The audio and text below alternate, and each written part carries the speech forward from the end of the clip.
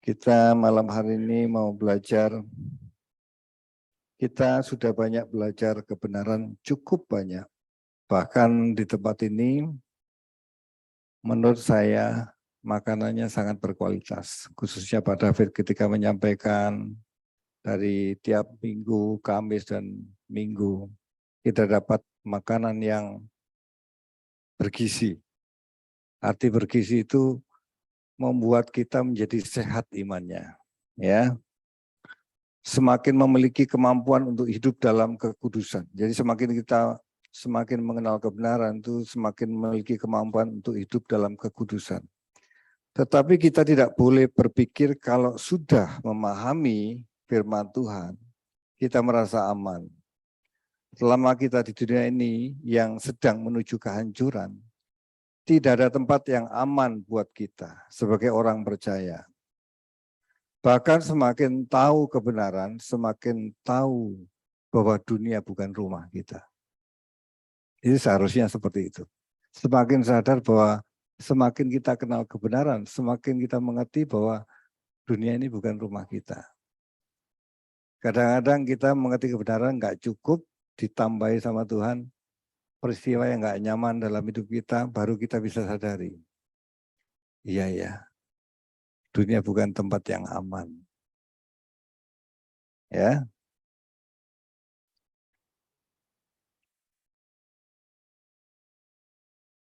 bahwa dunia bukan rumah kita yang sesungguhnya, dan semakin tahu keadaan rohani, bahkan kita semakin mengerti kebenaran, semakin tahu keadaan rohani kita, batin kita yang belum dewasa, masih banyak cacatnya. Firman Tuhan yang kita pahami seharusnya menjadi cermin manusia rohani kita, dan senantiasa berkaca apa yang harus dipersoalkan, cacat yang mana yang harus diselesaikan. Harus ada progres yang berlangsung.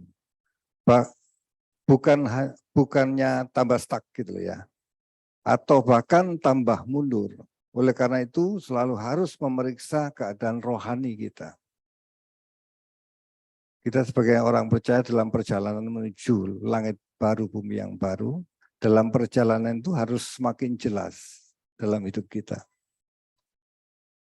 Harus ada progres. Dan itu kalau kita mengerti dan tahu pertumbuhan kita, itu menjadi suatu kepastian kita. Bukan hanya keyakinan, tapi suatu kepastian tahu bahwa aku layak masuk di langit baru, bumi yang baru. Bahkan kerajaannya. Amin. Hari Kamis yang lalu, atau hari Kamis mungkin hari Minggu saya ya. Saya Minggu kan ada di sini. Saya ngikuti siaran ulangnya di rumah. Saya dengar Pak David itu ngomong seperti ini. Kata-kata Pak David sangat menginspirasi saya. Bahwa dalam hikmat Yunani, firman Tuhan itu adalah terapis. Jadi firman Tuhan itu adalah terapis. Artinya terapi penyembuhan jiwa kita yang sudah cacat. Jadi ketika kita mendengar firman Tuhan, tentu kita memahaminya ya, dalam kita memahami itu sebetulnya menjadi terapis hidup kita.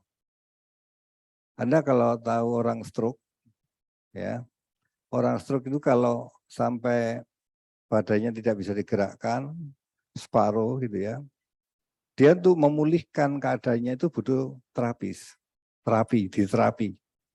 di rumah sakit atau di klinik gitu ya.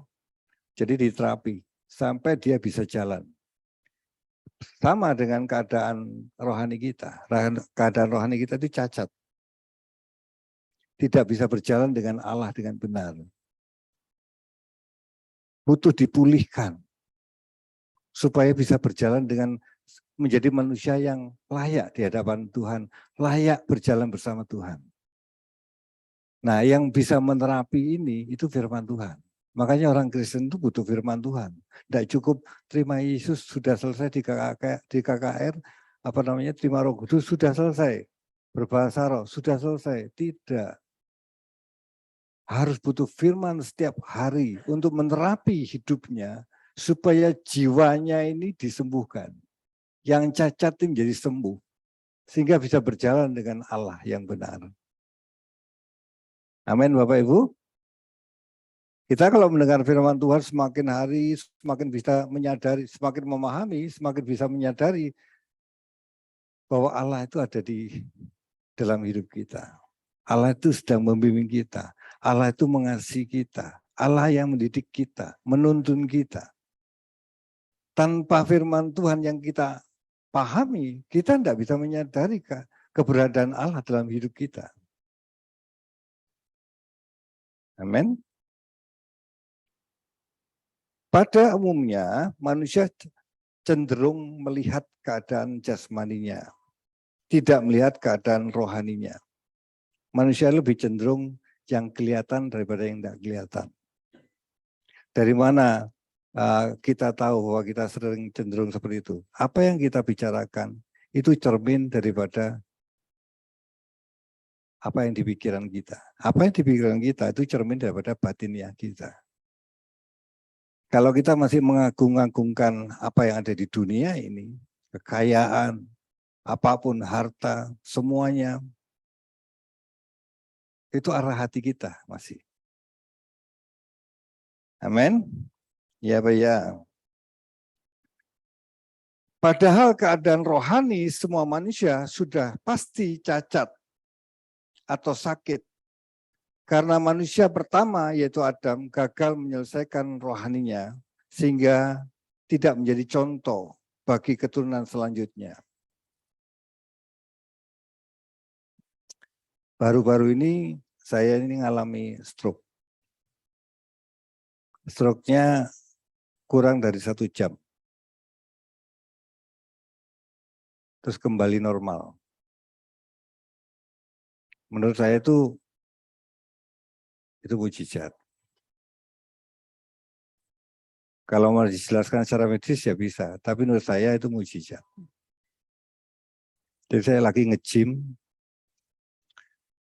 ada 4 macam gerakan, satu gerakan itu 4 kali ulang. Nah itu sesi yang terakhir. Jadi sesi yang ketiga sudah selesai, sesi yang ketiga itu yang berat. Saya angkat beban, kepala di bawah gitu. Decline ya, betul. Saya angkat, itu terakhir selesai, saya angkat yang tangan. Selesai itu, saya lagi ngomong-ngomong sama yang punya fitness, tempat fitness. Tiba-tiba saya ngomong dia itu, ngomong saya itu loncat gitu. Loncat 2 gitu, tutut gitu. Saya terasa ini gak beres ini. Terus saya ngomong lagi, saya coba, itu loncat. Waduh, ini tidak beres ini. Saya duduk, saya ngeremeng sendiri. Saya bilang gini, 1, 2, 3. Saya tes seperti itu. Itu ngomongnya seperti ini. Otak saya sudah ngomong 1, tapi mulut saya belum ngomong. Dan ketika ngomong itu berat sekali. Seperti ini Bapak Ibu. 1. Saya berusaha ngomong lagi 2 itu 2. Saya ngomong lagi 3. Waduh, gak beres ini. Saya stroke ini.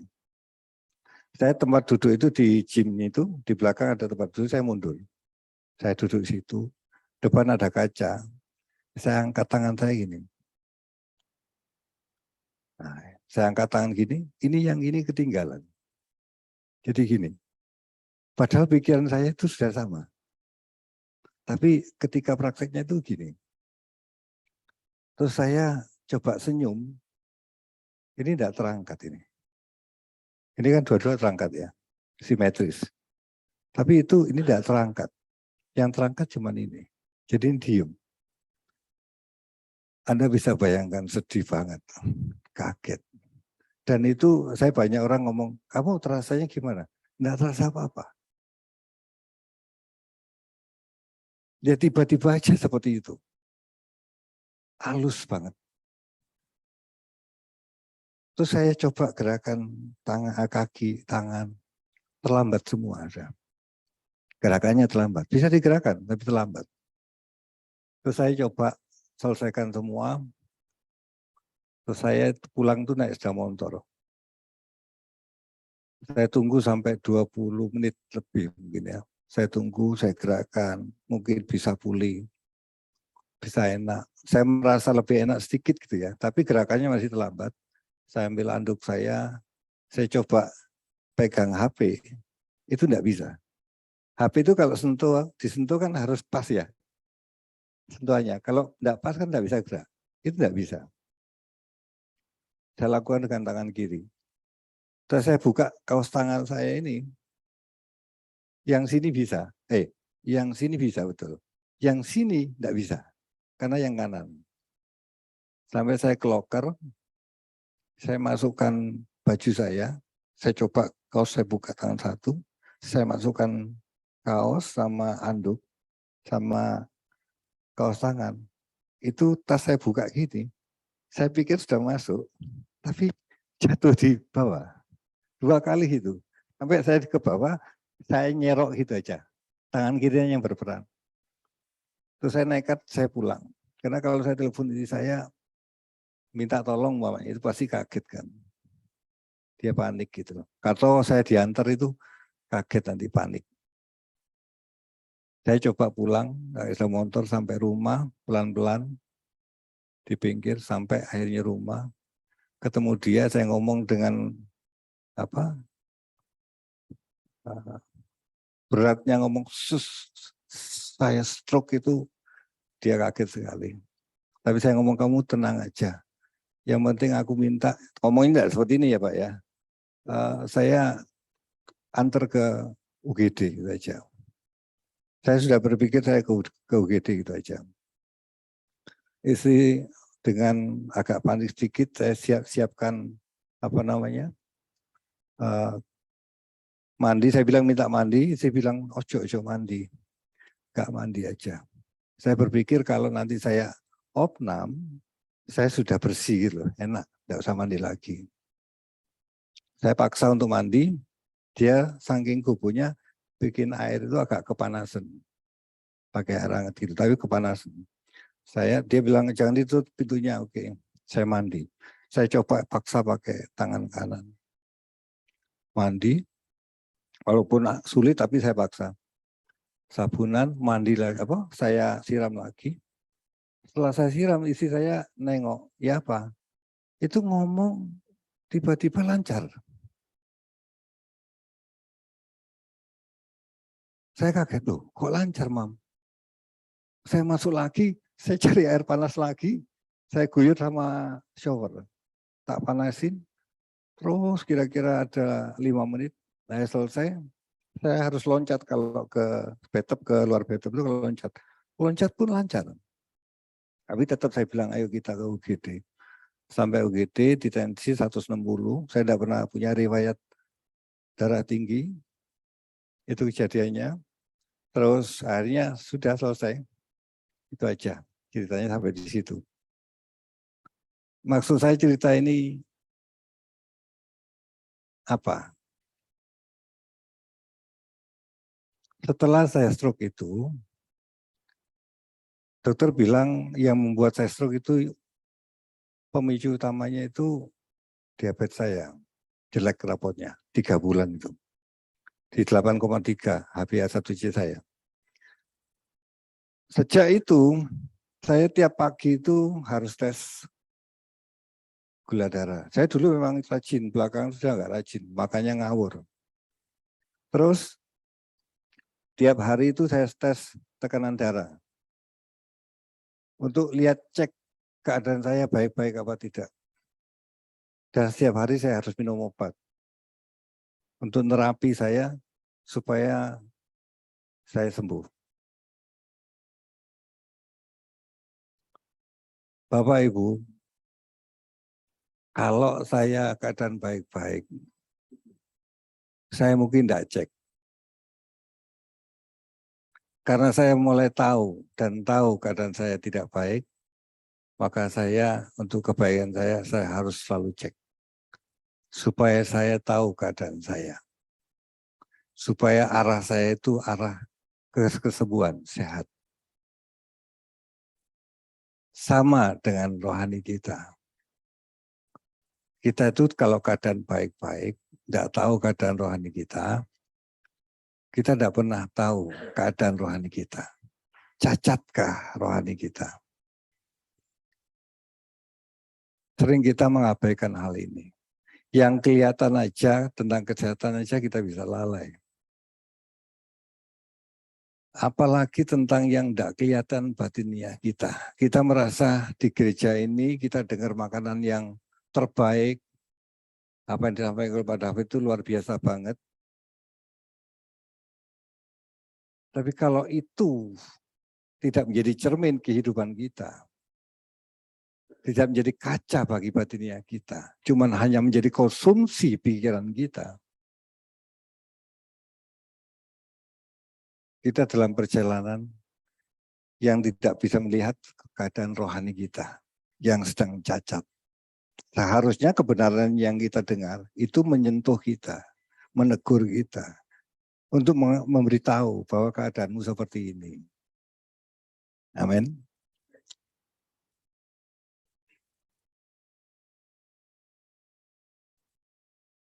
Ketika saya tidak tahu keadaan kesehatan saya yang sebenarnya, saya tidak mengkhawatirkan keadaan saya. Enjoy saja, makan sakarepe dhewe. Kadang manusia itu lucu ya. Orang kalau mau cek lab, ada pernah cek lab kan? Ya. Biasanya itu kalau mau cek lab besok, sekarang makannya hati-hati. Padahal cek lab itu harusnya sesungguhnya apa adanya toh, supaya tahu keadaannya sesungguhnya. Harus berjalan dengan kejujuran. Bukannya besok cek lab, gulanya ditotoh makannya semua, terus enggak makan asin supaya tekanan darahnya bagus. Ya. Terus kalau mau gula darah itu pagi puasa, setelah puasa kan 2 jam kemudian dites lagi.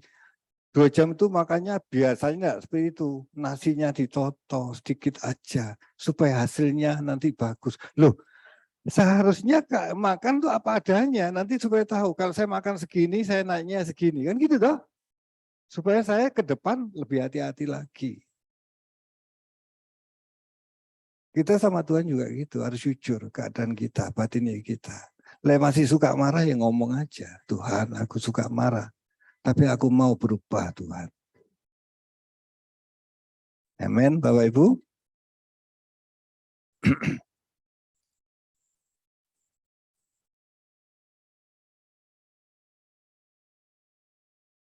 Banyak orang tidak waspada dengan keadaan rohaninya, demikian pula orang Kristen.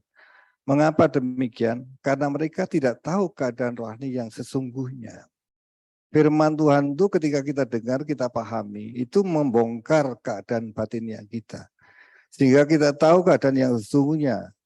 Mengapa tidak tahu? Karena pikirannya tidak pernah memberikan diri untuk diterangi oleh Injil atau diterangi oleh kebenaran Injil. Tetapi masih membuka diri dengan, atau sudah diterangi dengan kebenaran Injil, tetapi masih membuka diri dari asupan dunia, sehingga hatinya jadi keruh, tidak jernih, sehingga tidak pernah peduli akan keadaan rohaninya. Yang dipikirkan keadaan jasmani saja, fokusnya hal-hal duniawi. Kalau orang tidak ngasuh firman dan tidak tahu keadaan dirinya, maklum. Tapi seperti kita yang sudah tahu, yang sudah mengenal kebenaran dan kita ngasuh kebenaran, tetapi kenapa kita tidak pernah memperhatikan keadaan rohani kita? Karena kita juga ngasuh bukan ngasuh kebenaran, mengasuh hal-hal yang dunia. Kita mengasuh hal-hal dunia, jadi pikiran kita jadi keruh. Contoh ya, kita nonton film, bukan enggak boleh nonton film, tapi kalau kita dengan film yang tidak perlu ditonton, atau nonton televisi, sinetron yang tidak perlu ditonton, itu memperkeruh. Anda dengan saya mengkonsumsi kebenaran yang murni dari seperti apa yang disampaikan Pak David itu luar biasa. Tetapi ketika kita memberikan asupan yang lain di pikiran kita itu jadi keruh. Itu yang membuat kemampuan untuk melihat keadaan rohani kita itu jadi pudar, campur. Atau contoh seperti ini juga. Bapak Ibu kalau sering lihat berita lihat di televisi atau lihat apapun yang nonton film dan segala macam. Sering lakukan itu ya. Ketika Anda berdoa, sering enggak kita melayang-layang pikirannya? Sering enggak kita enggak bisa fokus untuk berdoa?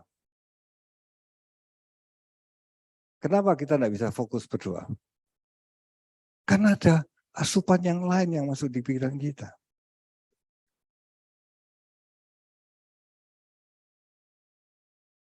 Gadget yang kita pegang itu buat kita jadi rohani, apa kita semakin rusak, itu tergantung kita. Apa yang dibuka di situ. Kalau kita tidak hati-hati soal itu, apa yang kita asup, kebenaran, itu menjadi pudar. Kita ngerti, cuman konsumsi pikiran aja. Tapi kita tidak berani meninggalkan manusia lama kita. Tidak berani melepaskan apa yang harus dilepaskan. Tidak jelas. Kalau gambar itu buram. Sehingga tidak tahu apa yang harus dilakukan.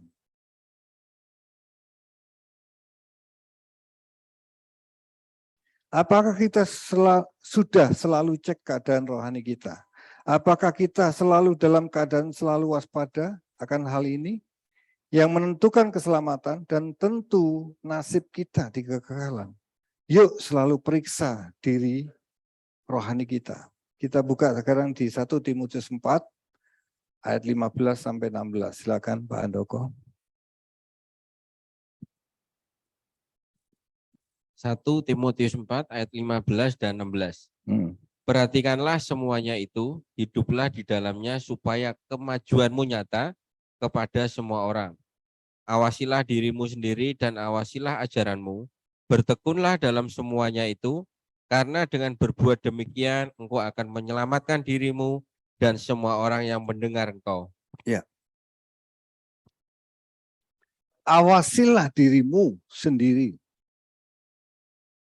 dan awasilah ajaranmu. Pak, saya bukan seorang pengajar, guru, Pak. Ya kalau gitu yang pertama aja, awasilah dirimu. Tapi kalau seorang pengajar, awasilah dirimu juga awasilah ajaranmu. Ya, bertekunlah dalam semuanya itu, artinya continue untuk memeriksa, awasi. Kata awasi itu nanti saya bahas di situ ya. Karena dengan berbuat demikian, engkau akan menyelamatkan dirimu.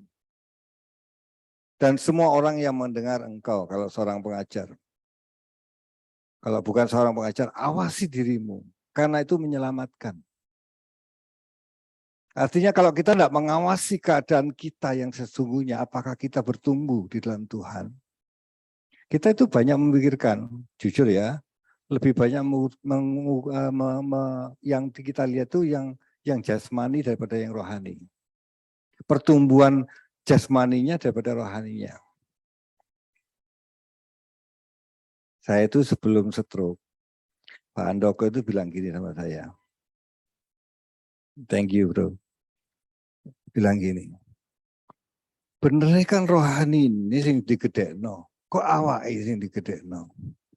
Saya itu lagi gedu untuk membesarkan badan pakai suplemen dan kawan-kawan. Mau berhasil sedikit gede. Kena stroke, kurus lagi. Oh itu menyentuh saya.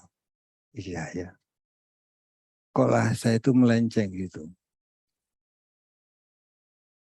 Anda tahu, iblis itu punya segala cara untuk kita tidak sampai pada kekekalan yang Tuhan mau. Iblis punya cara supaya kita sampai pada tujuan yang Tuhan mau. Yang Tuhan sudah rancangkan dalam diri kita. Yang Tuhan sudah siapkan buat kita. Banyak hal yang disuguhkan oleh iblis. Tapi kita tidak merasa bahwa hal itu salah. Saudaraku, awasilah dirimu, itu maksudnya seperti ini.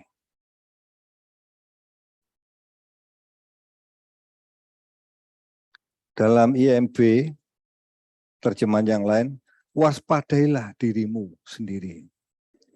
Dan pengajaranmu, teruslah tinggal di dalamnya. Karena dengan melakukan hal itu engkau menyelamatkan dirimu sendiri dan mereka yang mendengarkan engkau. Terjemahan ISV, memperhatikan kehidupan Anda, kamu maksudnya, memperhatikan kehidupan kamu, dirimu, dan pengajaranmu, bertekunlah dalam hal-hal ini, karena jika kamu melakukannya, kamu akan menyelamatkan dirimu dan juga mereka yang mendengarkan kamu. Sama, ada kata waspadai. Kata awasilah itu epeko, untuk artinya untuk memiliki, untuk berpegang pada, menerapkan, untuk mengamati, mengurus, artinya memaintenance ya, untuk memberikan perhatian, untuk terus maju, bertahan, untuk memeriksa,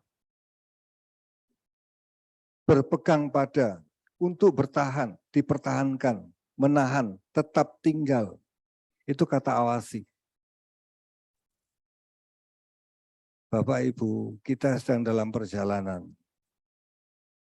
Kita bisa adakan kesempatan untuk gagal.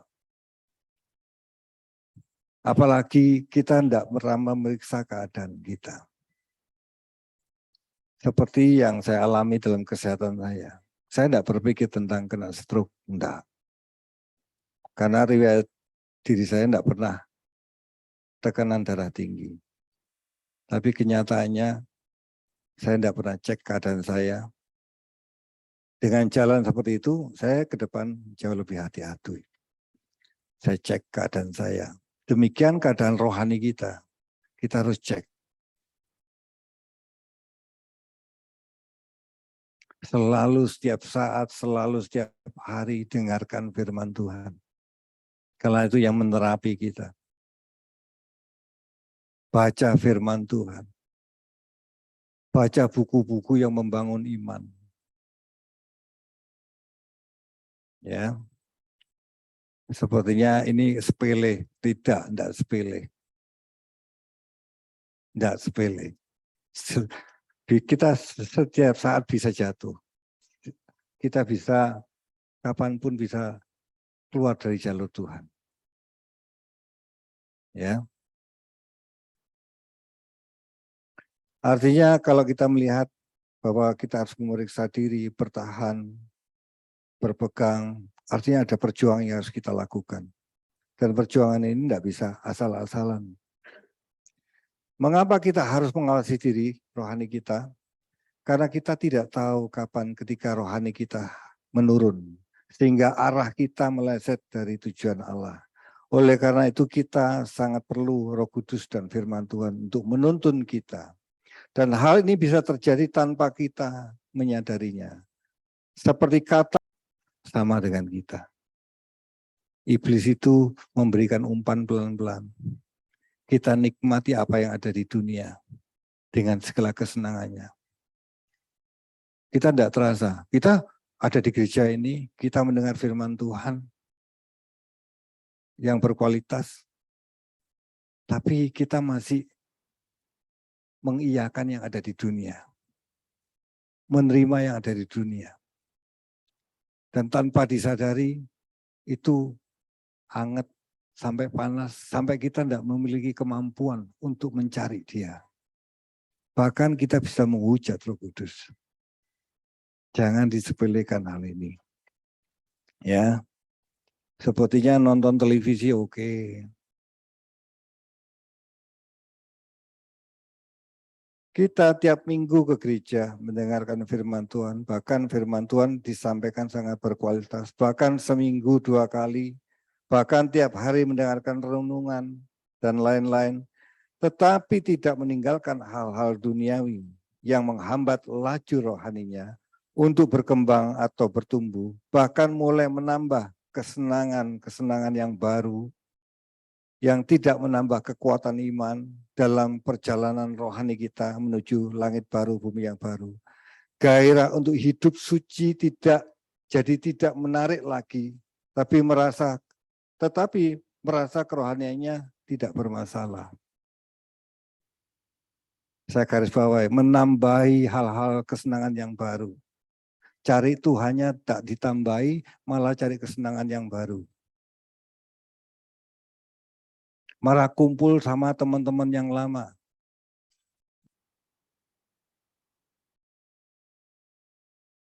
Yang dalam notabene kumpul itu membuat tidak menambah iman, malah mengurangi iman. Bapak Ibu, jangan disepelekan. Ya. Kejatuhan itu tidak jauh dari kita.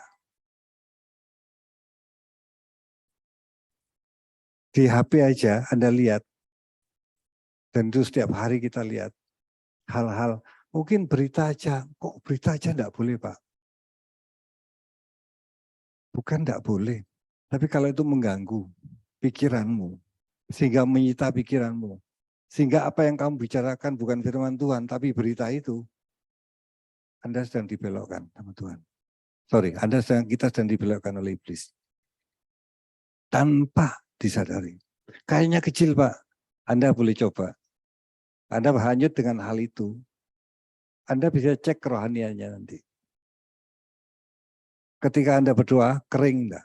Anda coba. Dan jangan berpikir kalau sudah kering, mudah untuk kembali menjadi basah. Itu butuh waktu yang panjang. Butuh kembali kesungguhan untuk mencari Dia. Kalau kita tidak berani memotong kesenangan kita yang berhubungan dengan duniawi,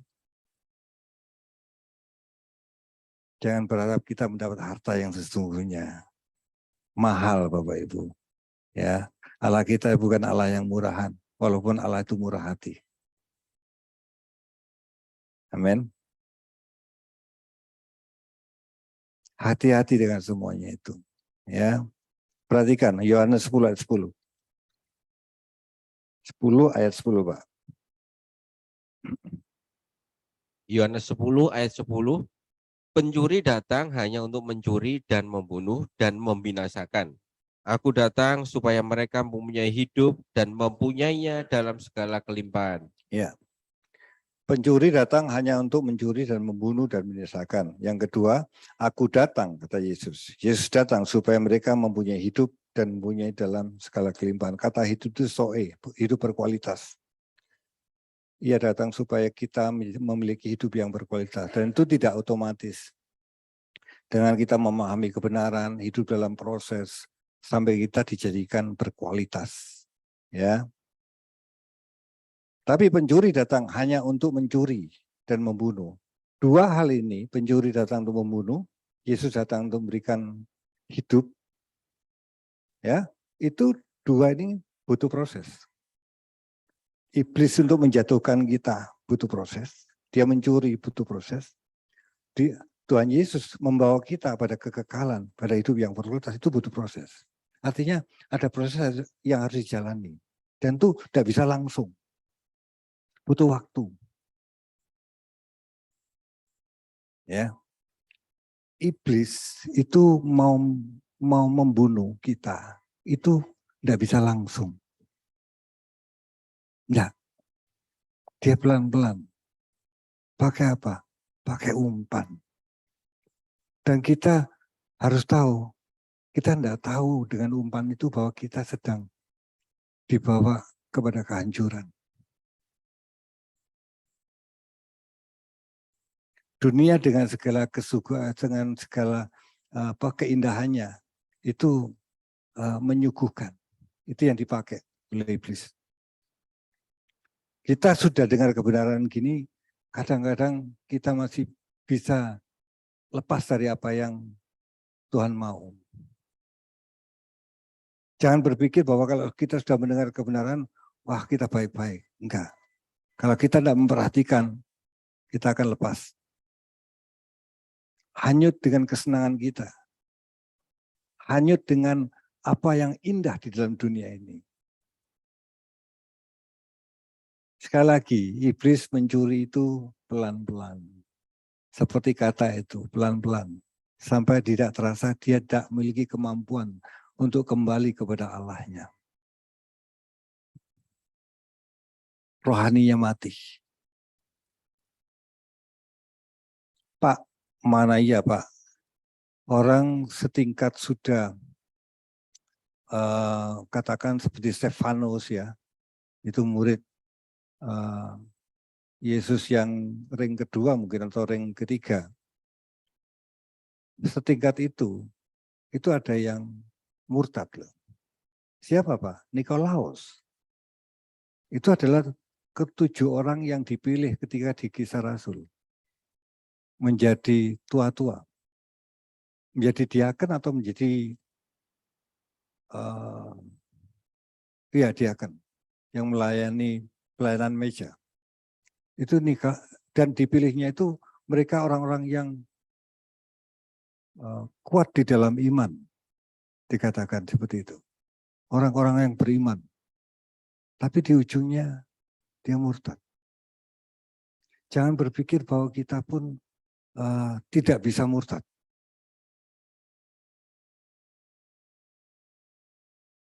Seharusnya gimana Pak? Yang boleh masuk di pikiran kita hanya kebenaran firman Tuhan.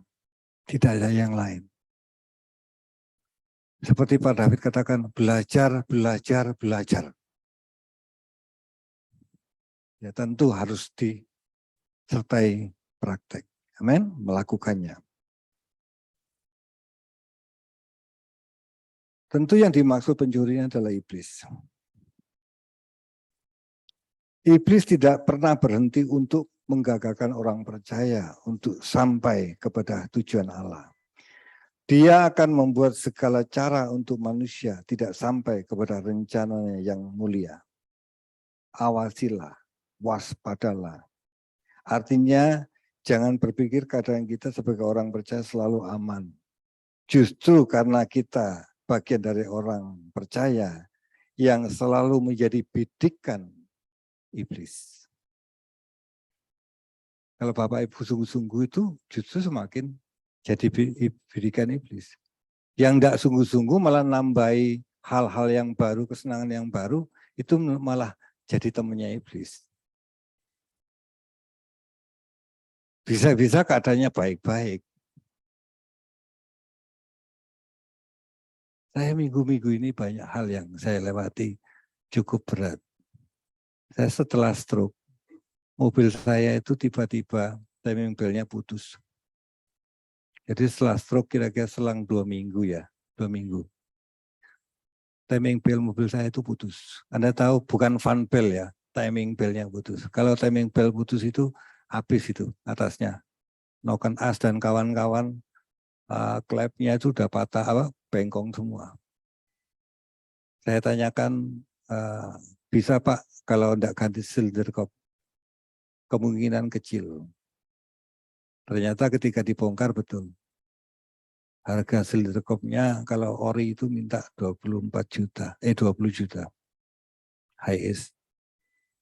Belum yang lain-lain. Tapi akhirnya ketemu saya dengan KW2, selesai, habis 12,5 juta. Sama dereknya. 2 minggu kemudian dari hal itu, tiba-tiba malam dapat telepon jam 11. Pak, telepon ke si saya. Mobil saya kacanya pecah Pak, kena pohon itu patah gitu ya. Terus jatuh ke mobil saya waktu jalan. Jadi kena atapnya, terus kena kacanya. Pecah. Sampai hari ini belum selesaikan karena kacanya belum selesai. Itu kacanya toh itu 14 juta.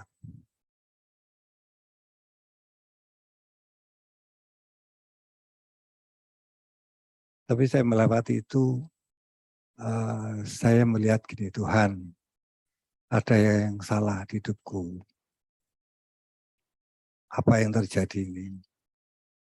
Tuhan tidak tunjukkan kesalahan itu, cuman gini, di hati saya ya, ini subjektif ya. Kamu lewati saja. Ya sudah, saya harus lewati itu aja. Tapi Tuhan toto semua. Ya. Baik saya dalam kesehatan, Tuhan kasih di bawahnya. Kalau orang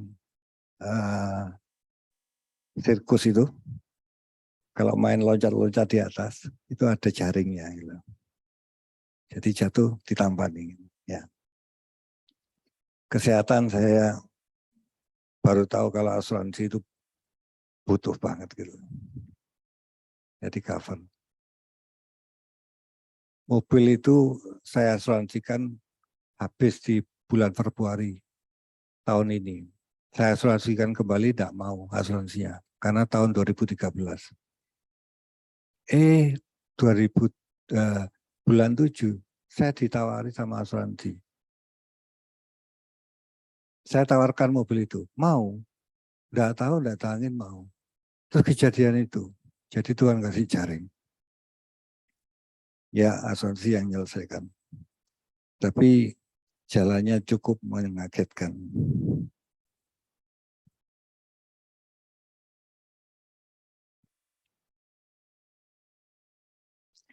Dia pencuri hidup manusia, maksudnya iblis. Ingat, caranya enggak kasar, halus, tetapi membelokkan tanpa disadari oleh kita. Bahkan kita enggak tahu kalau sudah belok. Oleh karena itu kita harus senantiasa atau setiap saat untuk bergaul dengan dia. Melalui firman Tuhan, belajar firman Tuhan, melalui kita berdoa, persekutuan dengannya, tuntunan dalam Roh Kudus. Roh Kudus akan tuntun kalau kita mau sungguh-sungguh sama dia. Selalu minta tolong pimpinan Roh Kudus, supaya senantiasa diingatkan terus. Segala sesuatu yang tidak menambah kekuatan iman kita, segera lepaskan. Jangan mengizinkan menghambat pertumbuhan manusia rohani kita. Sehingga kita kehilangan fokus dan kerinduan akan hadiratnya.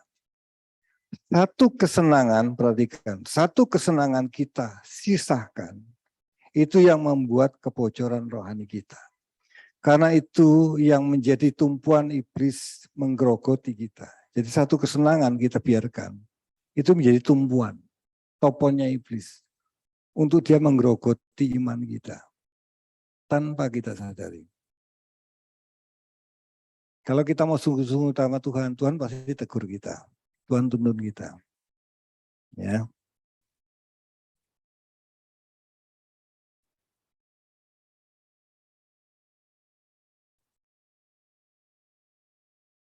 Sampai benar-benar kita tidak bisa kembali kepadanya. Jadi iblis menggerogoti pelan-pelan sampai kita tidak bisa kembali. Tentu Roh Kudus akan ingatkan kita senantiasa. Tetapi kalau kita mau diingatkan, ditegur, itu tidak mudah, saudaraku. Jangan anggap sepele.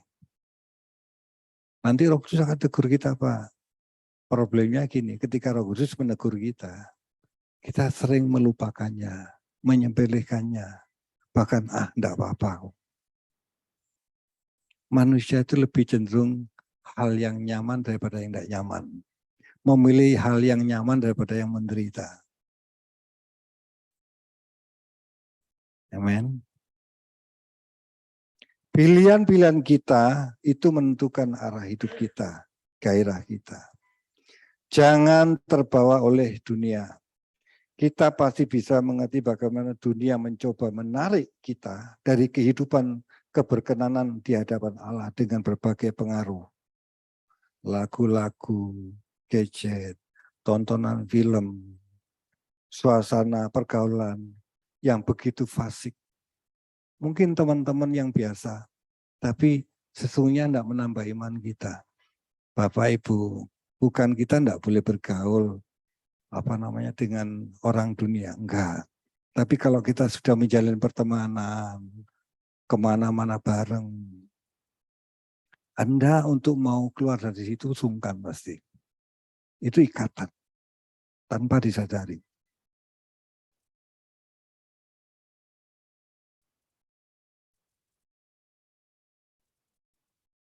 tanpa disadari. Ya.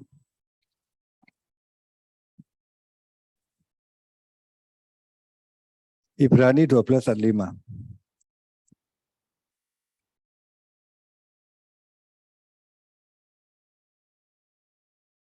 Ibrani 12 ayat 5. Ibrani 12 ayat 5. Dan sudah lupakah kamu akan nasihat yang berbicara kepada kamu seperti kepada anak-anak? Hei anakku, janganlah anggap enteng didikan Tuhan, dan janganlah putus asa apabila engkau diperingatkannya. Ya. Jangan anggap enteng. Masalahnya kita itu suka anggap enteng. Enggak apa-apa kok. Lihat berita, gini mosok apa mempengaruhi iman saya. Enggak apa-apa. Bapak, Ibu, apa yang masuk di pikiran kita melalui mata kita, telinga kita, itu membentuk cara pikir kita. Anda dengerin Sambo, itu taktiknya kan muncul ini. Oh harusnya gini toh, harusnya gini. Oh coba Sambo gini, gini. Apa yang Anda lihat, apa yang Anda dengar, itu mencetak cara berpikir kita. Orang sering lihat sinetron, Bapak Ibu. Bawaannya apa? Selalu curiga sama orang. Pikirannya sama enggak sama sinetron? Hampir sama. Kalau gini nanti gini, oh gini. Bapak Ibu, perjalanan kita ini masih panjang.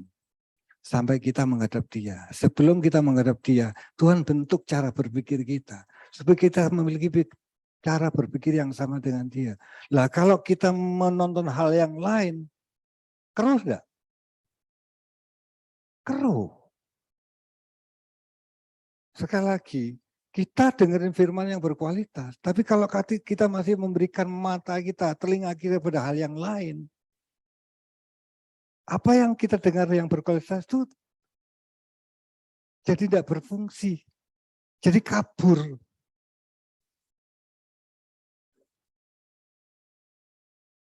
Amin. Jangan menambahi sesuatu perjalanan kita yang membuat perjalanan kita terhambat.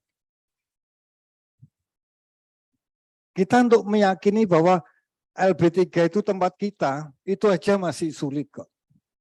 Butuh proses yang panjang. Apalagi kita makan yang dari dunia, tambah kabur. Yang belum jelas ini tambah gak jelas nanti. Amin. Ada banyak kerinduan, keinginan, hasrat, ada kedesakan, banyak kebutuhan, tapi bukan di hadirat Allah. Kita tidak mampu menjangkau keberadaan Allah. Itu yang harus dikhawatirkan, itu yang harus ditakuti sama kita.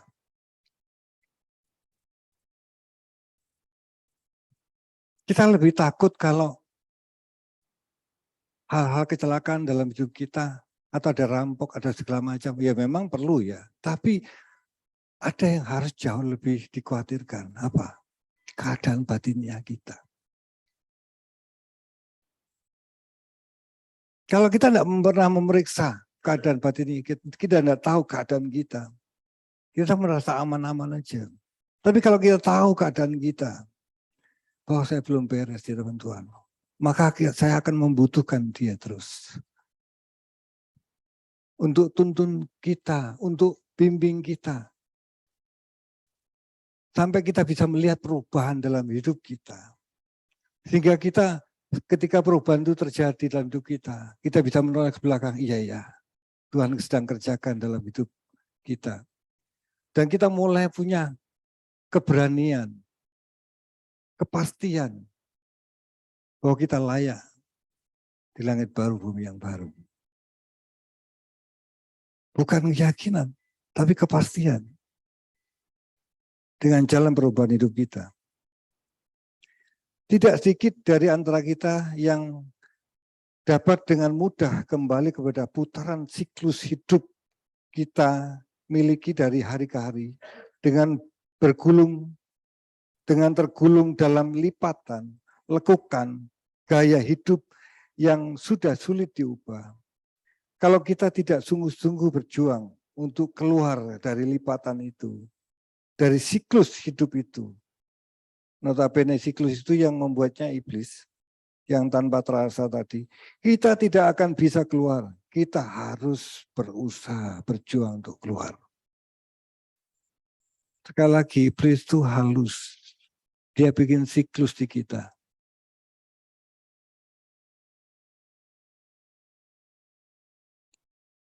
Baru-baru ini saya keluar kota ke Surabaya. Tadinya saya mau ke mall jam 11, setengah 11. Di hati saya ketika saya mandi, enggak, kamu harus streaming. Saya ambil waktu streaming. Tidak usah jalan-jalan. Pilihan kita itu menentukan arah kita. Kayaknya kecil, kayaknya enggak pengaruh. Sekali enggak apa-apa, 2 kali enggak apa-apa, 3 kali lepas. Menjadi kebiasaan yang tidak membangun iman.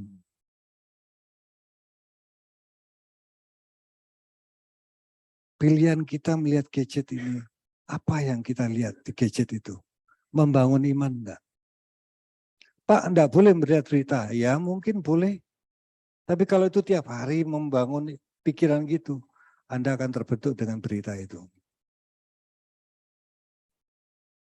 Tanpa disadari loh Bapak Ibu. Anda bergaul juga demikian, dengan teman yang salah. Kita anggap enggak apa-apa, enggak apa-apa. Oh, sekali-sekali aja. Sekali enggak apa, 2 kali enggak apa-apa, 3 kali Anda terikat mau keluar sulit. Sungkan. Halo. Saya sedang cerita perjalanan kita ya. Jika kita terbiasa mengisi waktu dengan banyak kesibukan, beri waktu tertentu bertemu Tuhan. Ubahlah siklus hidup kita dengan membawa kita kepada, karena siklus itu kalau salah itu membawa kepada kebinasaan. Ya. Tanpa disadari, pada umumnya kita telah disesatkan sehingga kita telah terbawa oleh irama dunia. Bersyukur kita mendengar kebenaran ini.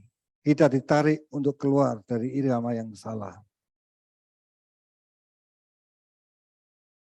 Amin.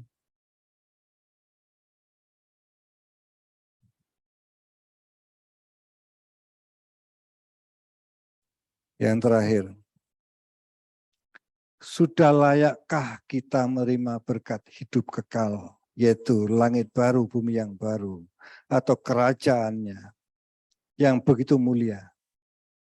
Sepadankah dengan apa yang sudah kita lakukan atau kita bayar? Beranikah kita bertaruh untuk melepaskan yang tidak menambahi iman? Bapak Ibu renungkan firman ini. Ya. Perjalanan kita masih dalam perjalanan. Kata selamat itu ketika kita menghadap Dia. Keadaan kita itu bagaimana? Jika Tuhan ngomong, hai hambaku yang baik, mari masuk bersama aku. Baru itu selamat. Ya, jangan berpikir, oh saya sudah bergereja di GSKI, makanannya berkualitas, saya dengar tiap hari, saya dengar punya Pak Eras tiap hari. Bapak Ibu, cek keadaan batinnya kita. Jangan cek saldo saja. Ya, cek batinnya, itu penting. Ya, yang utama Anda harus lakukan. Dulu uang kita yang utama. Setelah mengenal kebenaran, harusnya berprogres bahwa bukan itu yang utama. Dia yang utama. Amin. Dia ingin kita selamat. Dia tidak ingin setiap manusia binasa. Dia ingin kita selamat.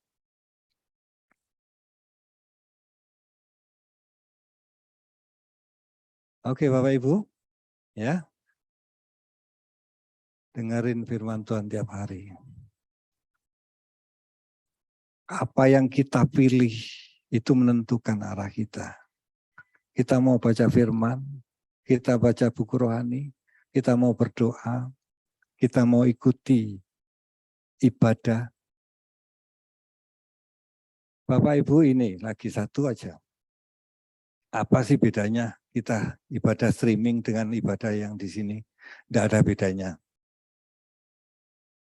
Ya, sama-sama dengar. Cuman kalau di rumah banyak godaan kan gitu toh. Ya, kata Pak Eras, kalau sebelahnya kacang bisa makan kacang. Ya, ada orang lewat gini sebentar ya. Tapi kalau di sini kan Anda bisa fokus. Ya. Tapi bedanya ada satu. Saya mau sampaikan. Kalau Anda di rumah dengan di sini, berjuangnya lebih berjuang yang mana? Di sini, apalagi pas hujan. Di mata Tuhan itu. Kesungguhan kita itu harus ada bukti, Bapak Ibu. Ya, kecuali Bapak Ibu di luar kota seperti apa namanya di rekan-rekan yang lagi online ya. Mungkin yang di Jogja enggak mungkin bisa ke sini. Ya, maklumi, tapi mereka bisa ikut itu dan sungguh-sungguh tentunya di rumah luar biasa. Kecuali di rumah ikut cuma wajahnya enggak dikelihatan tapi apa namanya dengarkan sambil masak. Waduh, itu apa namanya dengan orang serius duduk dilihatkan wajahnya itu berbeda. Anda tahu maksudnya? Ya, nilainya di hadapan Tuhan itu. Kita mau serius enggak sama dia? Ya? Oke. Kita berdoa.